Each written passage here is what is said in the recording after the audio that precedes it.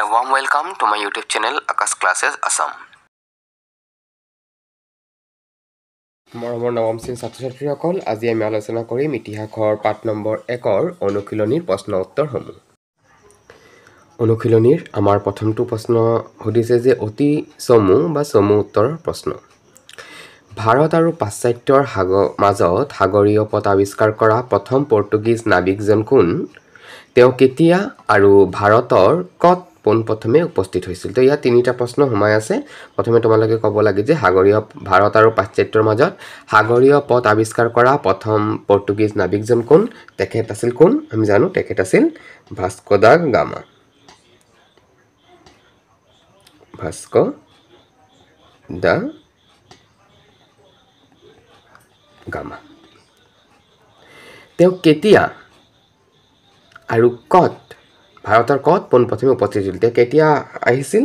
তেখেত আহিছিল 1498 খ্ৰীষ্টাব্দত। 1498 খ্ৰীষ্টাব্দত আহিছিল।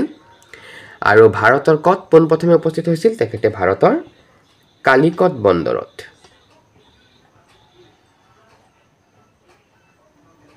কালিকট বন্দৰত উপস্থিত হৈছিল। 2 নম্বৰ প্ৰশ্ন, জলপথেৰে পৃথিৱী প্ৰদক্ষিণ কৰিবলৈ সমৰ্থ হোৱা ইংৰাজ নাবিকজন কোন আছিল? তেখেত আছিল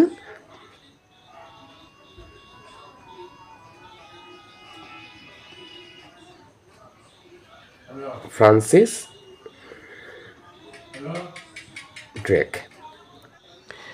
3 নম্বৰ প্ৰশ্নত সুধিছে ভাৰত ভূমিত পোনপ্ৰথমে কোন ইংৰাজ নাবিকে অনুমতি পত্ৰলৈ কেতিয়া প্ৰৱেশ কৰিছিল?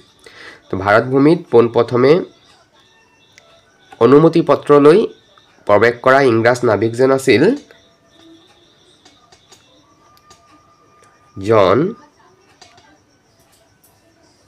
মিল্ডেন হল। আৰু তেখেতে 1599 খ্ৰীষ্টাব্দত ভাৰত ভূমিত প্ৰৱেশ কৰিছিল। ইংলিছ ইষ্ট ইণ্ডিয়া কোম্পানী কেতিয়া গঠন কৰা হৈছিল? এইখিনি তোমালোকে জানাই। এইখিনি গঠন কৰা হৈছিল 1600 খ্ৰীষ্টাব্দত। পৰৱৰ্তী প্ৰশ্ন, ইষ্ট ইণ্ডিয়া কোম্পানীৰ ভাৰতত থিতাপি লোৱাৰ দুটা উদ্দেশ্য লিখা। ইষ্ট ইণ্ডিয়া কোম্পানীৰ ভাৰতত থিতাপি লোৱাৰ দুটা উদ্দেশ্য হৈছে 1 নম্বৰ ক'ব পৰা বেহা বেপাৰ কৰা আৰু 2 নম্বৰ হৈছে ইংৰাজ শাসন প্ৰতিষ্ঠা কৰা। পৰৱৰ্তী প্ৰশ্ন, ইংৰাজৰ প্ৰথম বাণিজ্য কেন্দ্ৰটো ভাৰতৰ ক'ত কেতিয়া স্থাপন হৈছিল?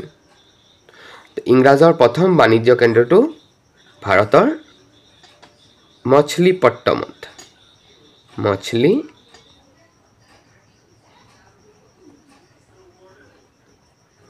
স্থাপন কৰা হৈছিল 1611 খ্ৰীষ্টাব্দত। 7 নম্বৰ প্ৰশ্নত সুধিছে ফৰ্ট উইলিয়াম কি?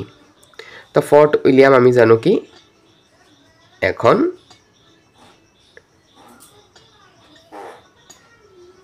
বাণিজ্য কেন্দ্ৰ।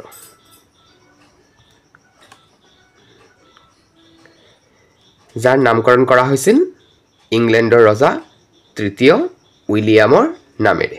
এইখিনি তোমালোকে লিখি ল'বা যে ফৰ্ট উইলিয়াম হৈছে এখন বাণিজ্য কেন্দ্ৰ যাৰ নামকৰণ কৰা হৈছিল ইংলেণ্ডৰ ৰজা 3য় উইলিয়ামৰ নামেৰে।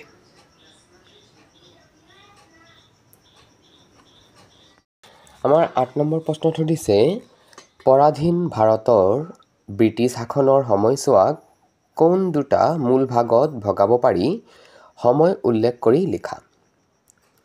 তো আমি যেতিয়া লেচনটো ডিছকাছ কৰি আছোঁ তেতিয়াও আলোচনা কৰিছিলোঁ যে পৰাধীন ভাৰতৰ ব্ৰিটিছ শাসনৰ সময়ছোৱাক আমি দুটা মূল ভাগত ভগাব পাৰি। প্ৰথমটো হৈছে মোগল সাম্ৰাজ্যৰ পতনৰ পৰা আৰম্ভ কৰি 1857 খ্ৰীষ্টাব্দৰ চিপাহী বিদ্ৰোহলৈকে আৰু দ্বিতীয়টো হৈছে 1858 খ্ৰীষ্টাব্দৰ পৰা 1947 খ্ৰীষ্টাব্দত ভাৰতীয়ৰ হাতত ক্ষমতা হস্তান্তৰলৈকে। 9 নম্বৰ প্ৰশ্ন, ভাৰত চৰকাৰ আইন কোনে কেতিয়া কি উদ্দেশ্যত প্ৰণয়ন কৰিছিল? ব্ৰিটিছ সংসদে 1858 খ্ৰীষ্টাব্দৰ 2 আগষ্ট তাৰিখত ভাৰত চৰকাৰ আইন প্ৰণয়ন কৰিছিল। এই আইনৰ উদ্দেশ্য আছিল ইংলেণ্ডৰ চৰকাৰক পোনপটীয়াকৈ ভাৰত শাসন কৰাৰ ক্ষমতা দিয়া।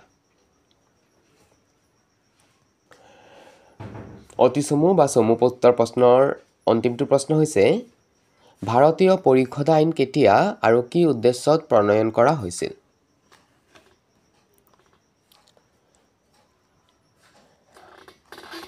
(1861 খ্ৰীষ্টাব্দত ব্ৰিটিছ সংসদে ভাৰতীয় পৰিষদ আইন প্ৰণয়ন কৰিছিল।